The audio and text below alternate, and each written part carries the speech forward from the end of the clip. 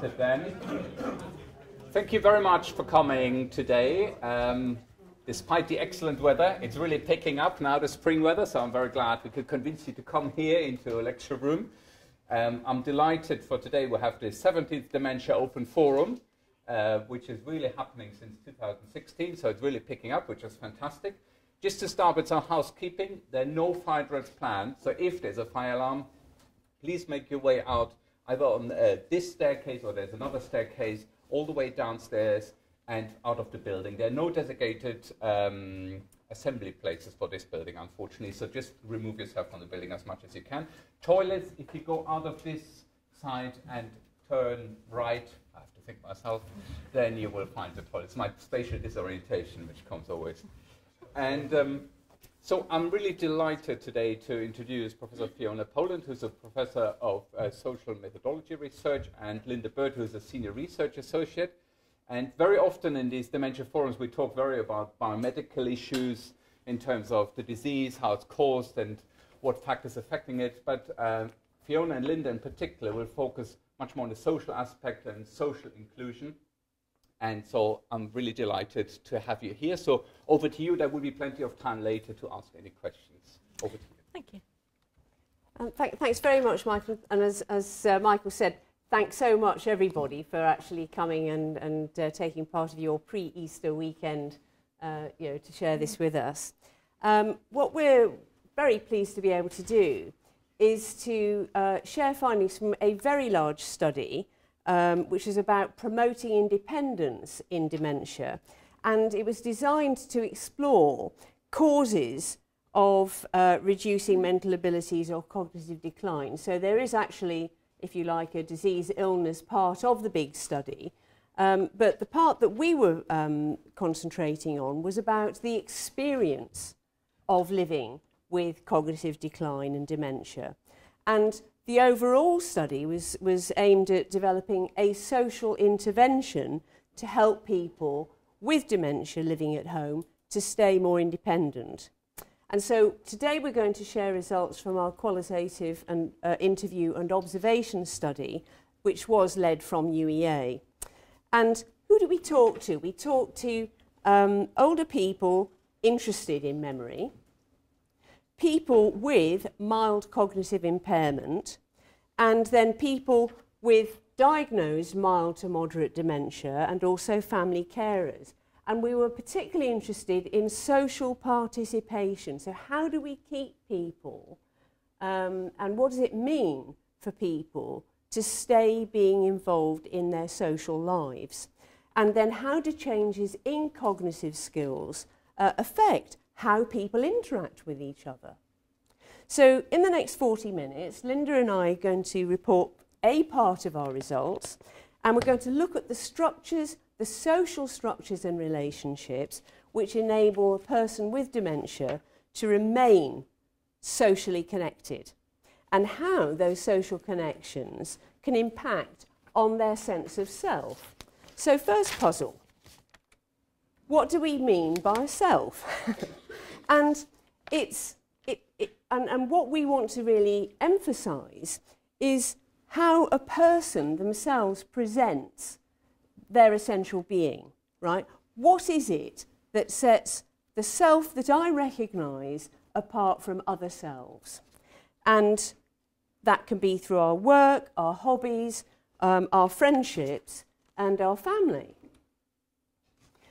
And what can happen is a diagnosis of dementia can wipe away those essential components, or in terms of people's relationships, be seen to be wiped away. Then the person becomes known not for those other things, but becomes known simply for their dementia. In fact, a person, a case of dementia. Yeah?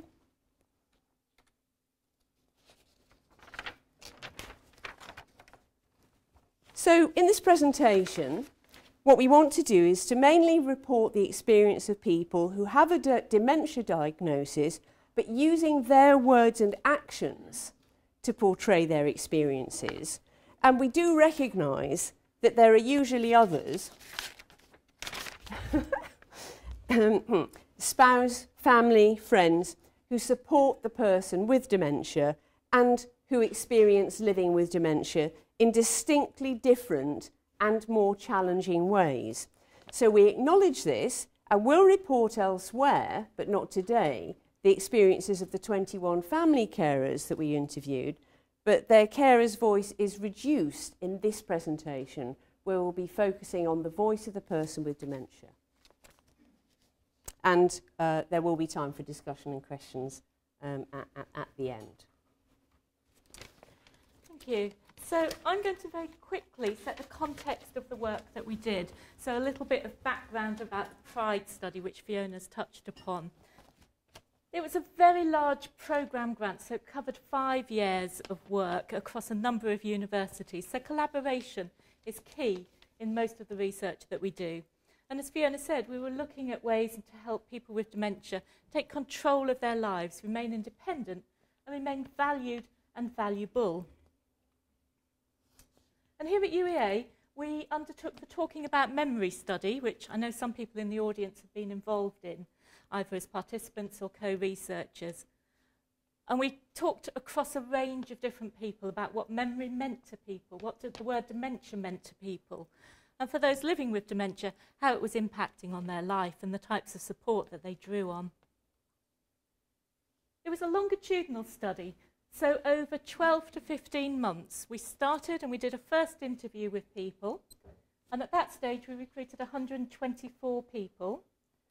And then after 12 to 15 months, we went back and did a second interview to find out how life was changing, what was happening as the dementia progressed or as people got older.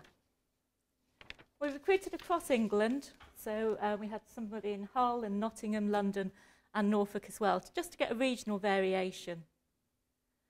And the data that we're sharing today comes from the interviews that we did, from a literature review that we did at the beginning of the study in order to set the context, and also from observations. And I undertook the majority of the interviews and all the observations within the study. And just a little bit of background, we were very lucky that we were able to recruit some of the oldest old people.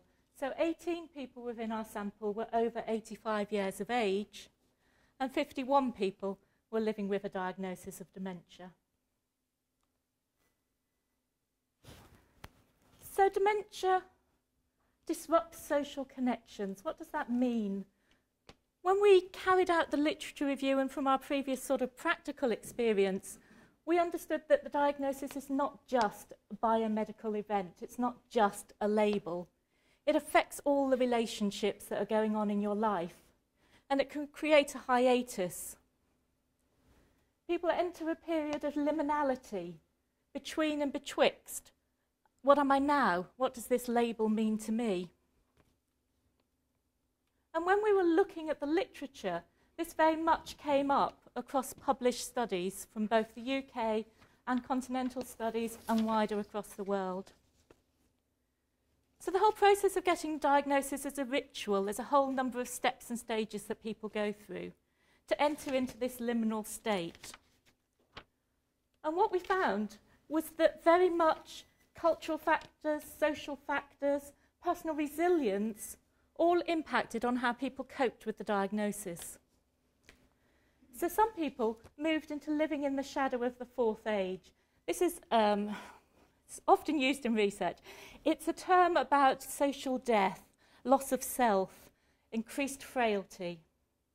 Very much held up as a very negative thing. But we did find that some people moved comfortably into that age of frailty, increasing interdependence. And that was the key factor, interdependence.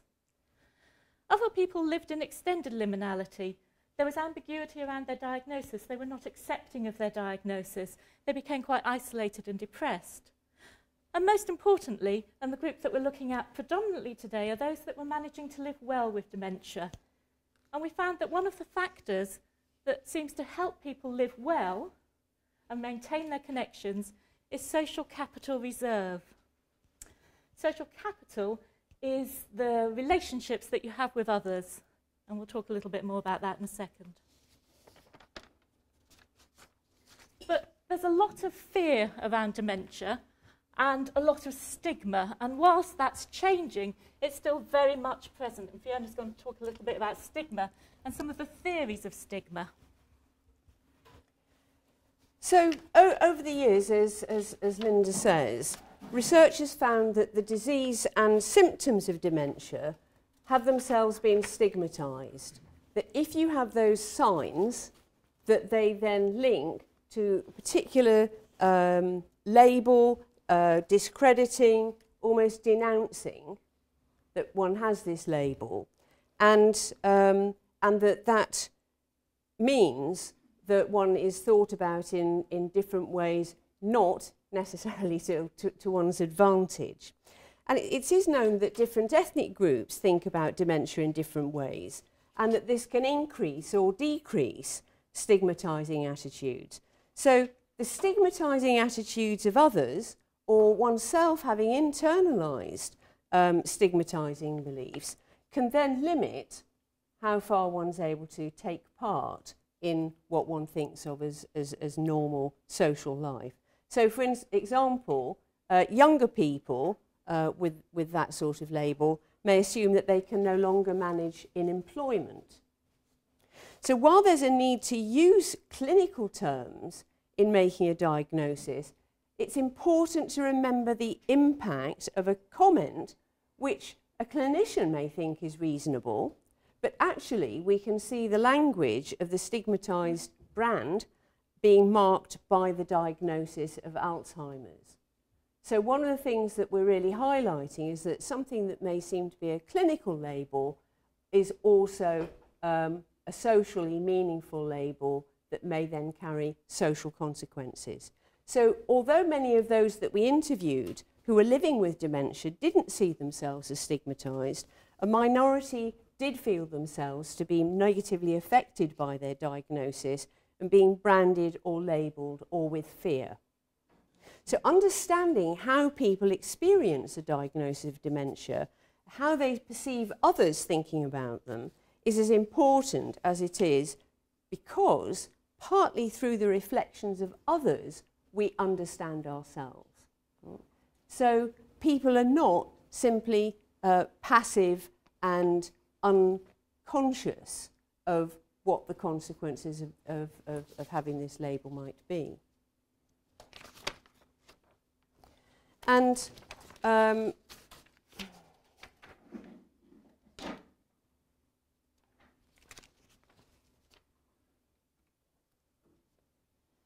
so what we make of our relations with others is called social construction. One sec, I just got lost. So one of the things that we think about in social construction, and we're very quickly going through two of the key theories that we've drawn upon in order to situate the work, and particularly a publication that we've put in at the moment, is Sabat and Goffman, and Fiona is the expert on Goffman. It's her pride reading about stigma. No, actually I didn't recognize, the slide isn't quite what I remembered the last time I looked at it. Yeah. Yeah, so as I was saying, that our sense of self, who we are, and what is important to us comes from within and is reflected and reinforced by others. So that is about being socially constructed.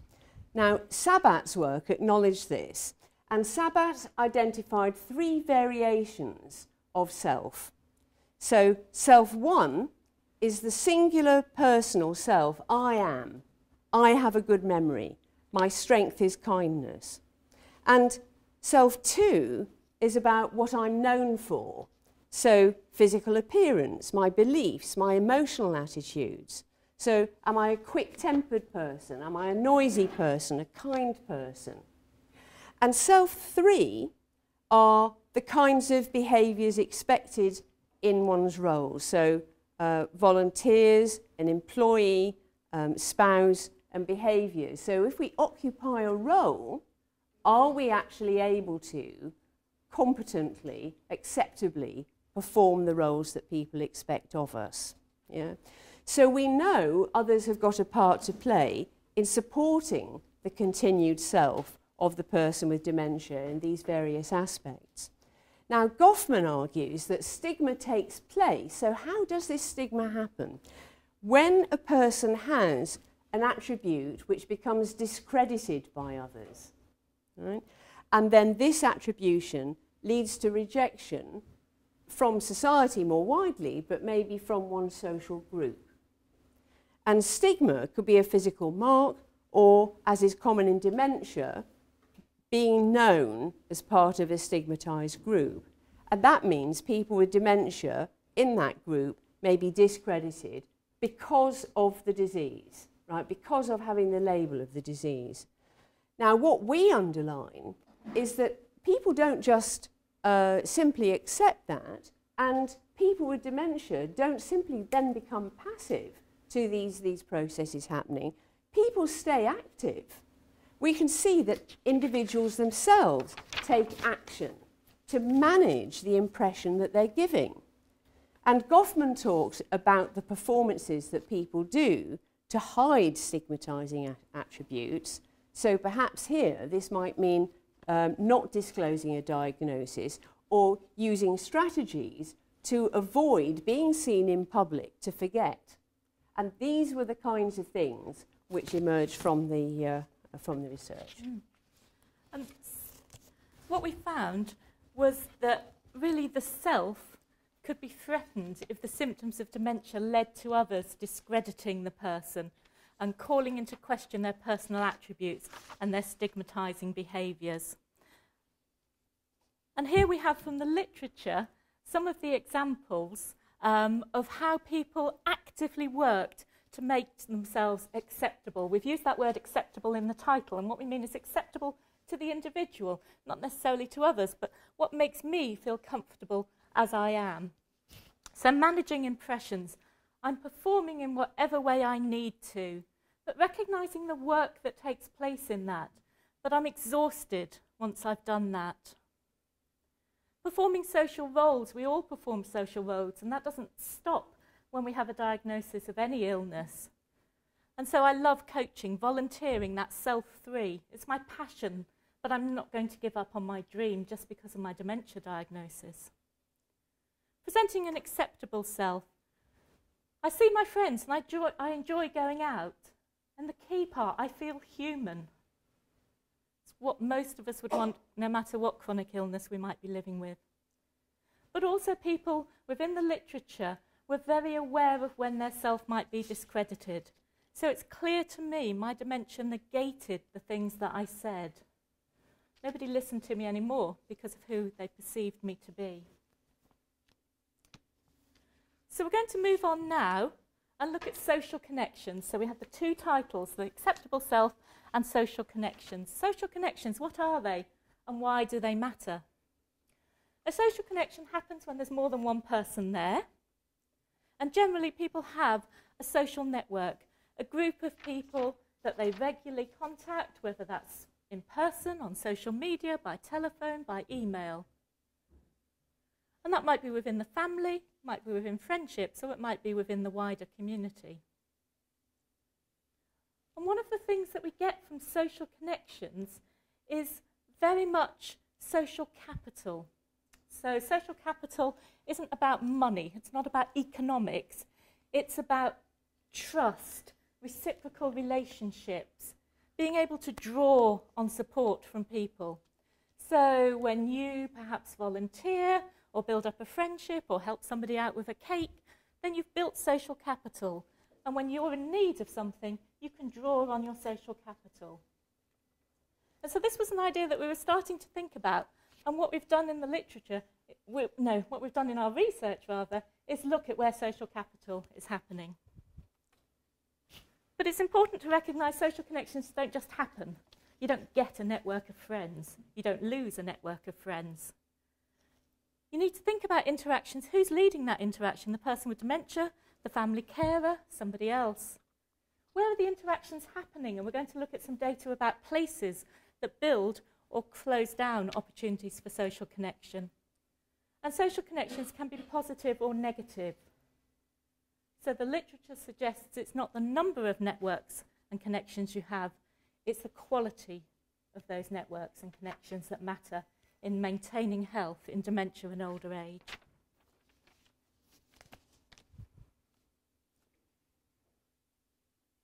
And the literature tells us, and I know that people perhaps that are carers or live with somebody with dementia in the audience knows this, dementia can reduce your social connections.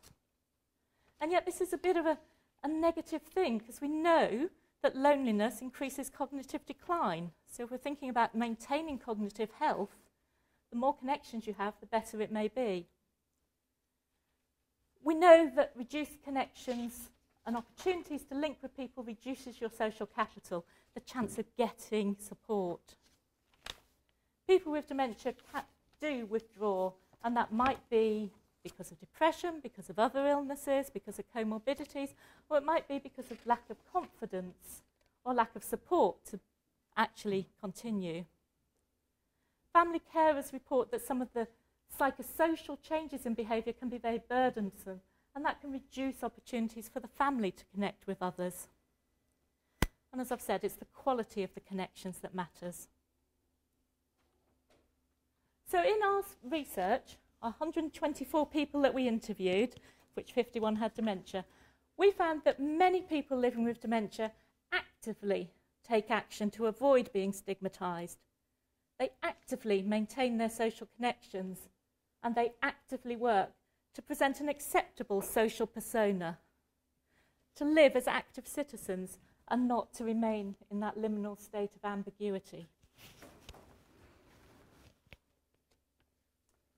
From the whole data set, it's qualitative data, so it's interviews, and we did thematic analysis, and from that we were able to draw up some of the key social factors that help people maintain social connections. Being physically able, and particularly to get out of the house. Having stable social networks in the past, so friends that don't drop away. The neighbourhood that you live in can really impact on opportunities. So here in Norfolk, the buses were a common narrative within the interviews, or the absence of the bus. Accepting and sharing a dementia diagnosis. Again, if we think about the table, you can accept the diagnosis and be prepared to share it in ways that are powerful to you, then that was found to be more beneficial than not accepting and remaining in denial. And there's some personal qualities there that need exploring a little bit more, and that might be our next study, looking at resilience. The person themselves, what type of resilience can they bring to it? And that sense of reinforcement of self, which Fiona talked about, if your interaction has been positive, you're more confident, you have the resilience to go out and interact again and build up those networks again. So for the next sort of 5-10 minutes or so, I'm going to draw on 4 specific case studies from the data. They're all people living with dementia for varying lengths of time, and they're not all in Norfolk, they're across the country from our 4 recruitment sites. So the diagrams are quite complex, but we'll go through and look at some of the data, some of the things that people said to me in the interviews. And this is a case of somebody who's able to maintain that social capital. They had an extensive, wider community network, had lived in the city for over 30 years, had a good, strong base of friends. And they shared and accepted the diagnosis. I say they deliberately because it was a husband and wife, and they both were together working to maintain these social connections. We've told people, and suddenly we realise we're surrounded by friends. And I know that's not the narrative that everybody has in a dementia journey, but this was what was happening to these people. The self-3, the things that the man did before, the church, the hobbies, the long-standing relationships, all were very positive as he moved through his dementia journey. So here he was a regular churchgoer, and he had told some people at church about his diagnosis, but he was a bit nervous about stepping forward and stepping up to the mark, if you like. But here a lady wasn't able to do the Bible reading, and he says, the lady wasn't able to do the reading, so I signed up to do it. I'd won competitions doing Bible readings when I was a young man. It was tremulous, but it was wonderful. that positive reinforcement, the support that he got from a group of people that knew he was struggling to do this, but he did it well. Location, where you live. He lived really close to a local supermarket. He was able to walk there every day. He had the physical ability to go outside the house. All of these were things that were positive for him. And not being afraid to ask for help, I suppose. I met an old friend. I said to him I'd forgotten his name as I have this Alzheimer's thing. I don't mind telling people because I want the help they can give. And again, as sort of researchers and practitioners, we appreciate that that's not possible for everybody to share a diagnosis. And we have a PhD student at the moment who's looking at an intervention to support people to share if and when they want to. So here you can see that the networks, the connections he had before his diagnosis were still supporting afterwards. The person he was before his diagnosis, the churchgoer, the walker, the swimmer, was still in place after his diagnosis. And I know that that's continuing on, sort of 2 years post-diagnosis. But here we have a different case study. And this is where social capital, those networks, those connections that the lady had before have started to reduce. So again, lived in the same place for quite a long while. But there was a reluctance to tell. People at the social club had started to notice that her behaviours were changing. She was forgetting things. And she said, well, we don't go there now. It's become too much. And when asked about why it was too much, it was, well, it's just difficult. I can't remember things. Her network was reducing. If my husband goes out, I go as well, because he gets to talk to different people and I get to hear what he's got to say. So there wasn't a sense of talking with people herself and building relationships and building connections. It was very much on the back seat. And partly this is due to loss of confidence as well. I don't like going out on my own. That's something I don't do. That fear, which is understandable, but perhaps as practitioners and with interventions, we can help people maintain some of that feeling of safety when they're outside the house. But no case is ever completely reduced or negative or restricted. And here we have her showing reciprocal relationships, maintaining social capital. I've got a friend and she likes walking, so nearly every other day I go for a walk with her. And here's the reciprocal part. I suppose I'm company for her, as she's company for me. The give and take in a social connection, the positive reinforcement. And as practitioners and as researchers, as we look at interventions, these are the small things that we need to be aware of to think about how we can promote and support and develop those small things in what appears otherwise to be quite a negative example of living with dementia.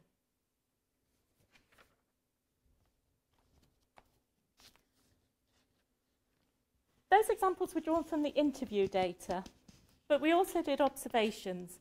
And so 13 people allowed myself and my colleague in London to go out with them when they went out into the community, to clubs, to memory cafes, to sports clubs, to dancing clubs, to singing clubs, all over the place. And what you do in an observation as a researcher is you make detailed notes about what's going on. And then when you analyse it, you're very much looking for the patterns. What's happening here that enables this to take place or stops that taking place? So these were positive examples, and I think you can see yourselves why they might be positive examples.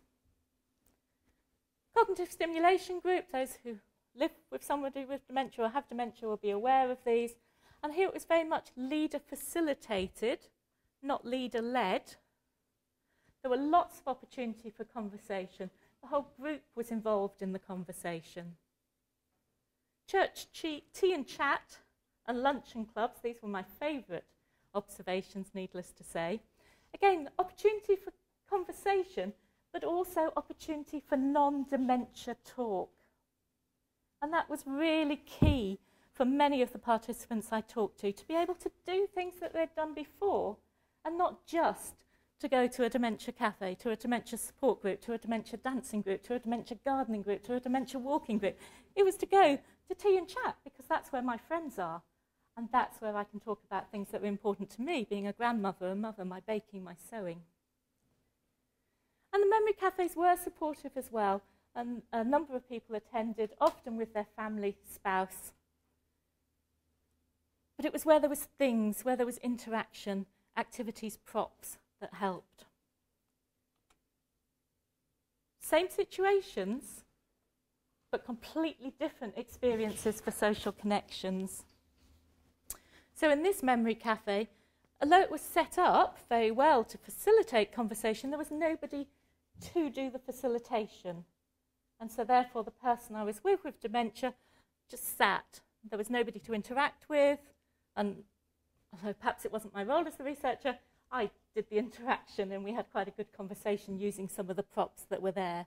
But there wasn't anybody that was officially taking on that role. The second cognitive stimulation group was quite amazing. It was a paper-based quiz on maths, and there was to be no consultation and no shouting out of answers, and you had to write them down, and then they'd be marked at the end. Needless to say, when you get people in a group, they're dissident, so there was quite a bit of shouting out. And shopping, yes, it's a social activity, but shopping in a supermarket, very little chance of social interaction. However, going to your local shop, where you know the man behind the counter or the lady behind the counter, you can give a high five, as one of my participants did, positive reinforcement in place. So I'm going to run through 2 case studies drawing on the observation data. So this is Fred. You'll see he's one of our oldest participants, and he lives alone. Which again, stereotypically people think, oh, people don't live alone with dementia, but he lives alone, supported by his friends. And one of the things that enables him to live alone is the fact that he's lived within a village for over 30 years, and he actively built social capital during those 30 years. Shopkeeper, built the village hall, run the gardening club, on the parish council. And when I observed him, doing one of the roles that he'd done for 30 years, which was within the church, the bell ringer, a defined role, if we think about self 3. Meeting people, constantly saying hello, but also recognising that his memory is not what it was, his cognitive ability is not what it was. And so he said to me, oh, I won't know people's names, so you'll just have to introduce yourself, otherwise that will be quite embarrassing. So I did. And we know that routine and rituals are important in all our lives, and perhaps more so as memory declines. So he could follow the liturgy of the service. He knew the hymns. He didn't need to be able to read them. But there were little absences. So when the collection came round, he forgot it was time. But his friend stepped straight in, and it wasn't a fuss. Nobody noticed. And I've put in red here sensory loss, because this man is pretty old, 85 to 89, but maybe not. He's got dementia for 15 months, but he also was registered blind as well. And that was the thing that was of most concern to him, the fact that he couldn't see as well. He also had hard hearing, so there were big parts of the service that he missed, not because of his cognitive decline, but because of his sensory loss. And it's easy to assume, oh, he didn't know what was going on because, he's got dementia, but it was because he couldn't hear. So if we think about what enables an acceptable self, we've got secure bases, well-known, secure relationships, places where he felt he knew what he was doing, the routines were known, objects, rituals, routines, and social capital reserve. And then this one is not so good again. This is Roger. He lives with his wife, and his network is predominantly within his family. His physical ability, he's quite frail now, has difficulty walking, and that restricts opportunity for his independence. And he just started over the last 2 to 3 weeks at a day centre, 1 day a week, partly as respite for his wife, partly as a means of trying to increase the social connections that he had. But if we start here with the limited social interaction, these are from my notes. More time passes with no engaging activity. A member of staff changes the songs for the rock and roll CD, and Roger taps his foot along. He's trying to engage, but there's a lack of facilitation. Other attendees are dropping off to sleep. People do not appear to know each other. Only two ladies sit next to each other, quietly chatting. The staff talk amongst themselves and not with the attendees. So that absence of facilitation, which can be really important as your dementia progresses and you can't necessarily lead the social connection, you might need somebody else to support, to facilitate, to include, to enable the social connection. It was also a difficult place for positive social connections because Roger was an occasional visitor once a week. He didn't yet know the routines, and I don't know that he would be able to remember the routines. It wasn't a place he'd gone to before. It was unclear about what was going to happen next. And that's disconcerting. It was disconcerting to me as a researcher, and it was equally disconcerting to Roger. But if we think about Goffman and presentation of self, Roger very much was still trying to manage the impression that he was giving, was still trying to connect with others. He was laughing at jokes and making jokes himself. He was recounting his personal stories to myself, attempting to recount them to the staff there. I want to put sort of a caveat on this. This is not a reflection on poor practice. This is a reflection on place and the difficulties of going to a new place. Because, you know, it was a snapshot. I was only there a couple of hours, so it's not a reflection on practice. But if we think about what hinders having an acceptable self, that insecurity, fragile relationships, you can't form positive social connections and you're flitting in and you're flitting out. They take time. And unpredictable places, that fear of not knowing, am I doing what I should do? If I do that wrong, will I be stigmatised? And the absence of the opportunity to present a social persona. And yet Roger had a strong social self 2 and self 3 at home. His arts, his crafts, he could tell you about those in great detail. He could present those as who he was. And yet that opportunity was lost in this particular place. And so, if we think about key points, Fiona will summarise in the next 3 slides for us. So I think what Linda's graphically and I think very vividly related to us is the need to acknowledge the person, to make space for the person, not the patient, and to actually support them to manage the impression they present to others, that they want to present to others, and to have meaningful social roles, the self 3 that Linda was referring to. And if we do that, we can then find ways for people to stay independent, to have a recognisable social self that they recognise, other people can recognise, and so to have some status as a citizen, someone who can play their part with other people. So what we're saying is that we need to recognise social connections. We need to find ways to nurture and, in new situations, to establish social connections, because through others, we know ourselves. And that uncertainty that was brought out in the 2nd and 4th cases, we can actually help people to overcome. And we found that, obviously, those able to draw on long-standing, reciprocal, exchanged social connections appeared to live better with their dementia. We've done other work with people with advanced dementia, which indicates that even when people can't fully or coherently think these things, they can enjoy, they can express the positive emotions about the self that are invested in them and that they invest in themselves. And the actions of others, and again we had quite a lot of examples of these in the cases that Linda related, can actually help mask potentially stigmatising actions, like missing the moment for the collection plate to go round, and somebody else steps in and actually helps somebody to stay and perform that role. So to expand the discussion, you know, we're underlining the point that our health isn't defined merely by our social and cognitive abilities, but we also need to remain alert to social health. And I think that's something that's becoming very widely recognised now in the health agenda and health policies.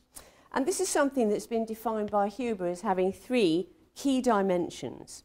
So we now see that enabling and also recognising the agentic ways in which those living with a diagnosis work to maintain their social connections is important in prompting and supporting their social health. So the capacity to fulfil potential and obligations, the ability to manage life with some degree of independence, and to be able to take part in social activities. And so this moves the theory and practice on from Kitwood's work to now encourage discussions about interventions which can support social health at all stages of the dementia trajectory. So we don't want there to be a cut-off point, and we don't want labels to be stigmatising and, again, cutting off somebody's social life and status. This is an area we continue to investigate and recognise how important positive social health is, and to family carers as well as the person with dementia. And that's another paper where we'll be talking about the submersion of the, the carer in their particular role.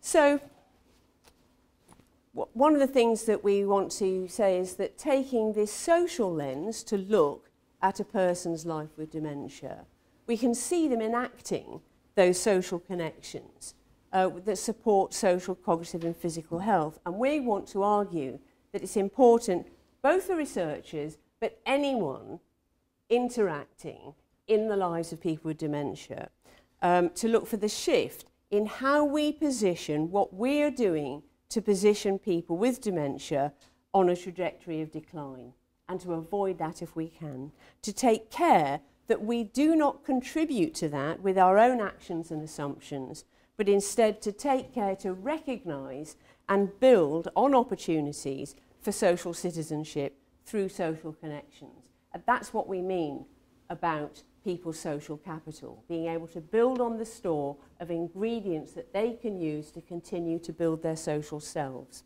And we would argue that using sociological theories from people like Goffman and Sabat about self and stigma, we can understand what is shaping or breaking those social connections that we see having such an impact on cognitive health.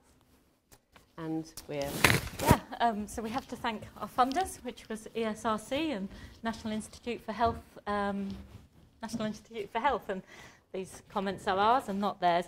And I also just want to, as we take questions, leave that up. The slides will be available, but these are some of the publications that are already out there that sort of build on what we've been talking about today. And thank you, and I have to take questions, discussion. Thank you very much.